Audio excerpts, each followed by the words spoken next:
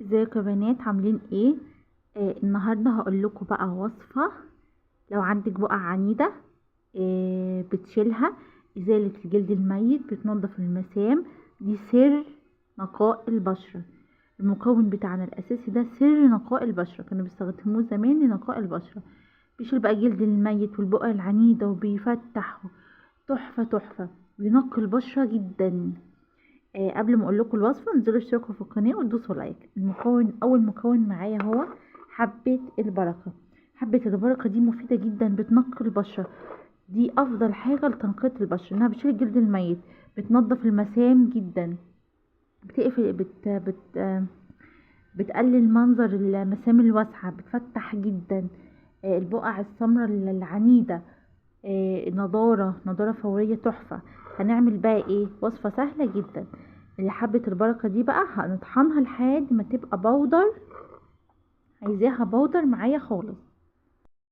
طحنتها في الكبة لحد ما بقت بودر معايا. بعد كده بقى هنزل فيها بلبن.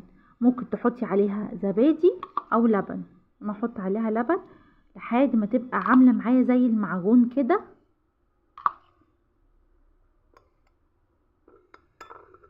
الماسك ده تحفة، يعتبر مقشر، بيشيل الخلايا الميتة، بيشيل الجلد الميت، وبيفتح وبيدي نضارة وبينظف المسام جدا.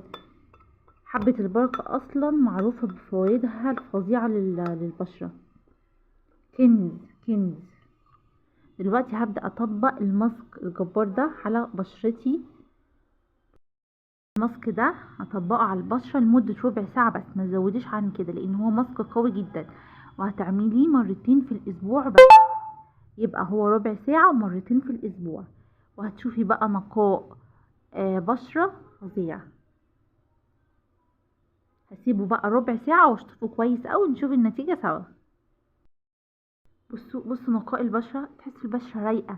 يعني اكتر حاجة بتخلي البصوا، ومن اول استعمال يعني انت هتلاقي النتيجة. بصوا،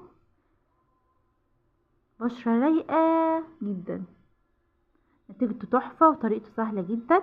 يلا بقى قوموا جربوه لو عندكم حبة البركة، وممكن تستبدلوا اللبن بالزبادي. نتيجة حلوة قوي. يلا بقى لو عجبكم الفيديو مش تنسوا تشتركوا في القناة وتدوسوا لايك.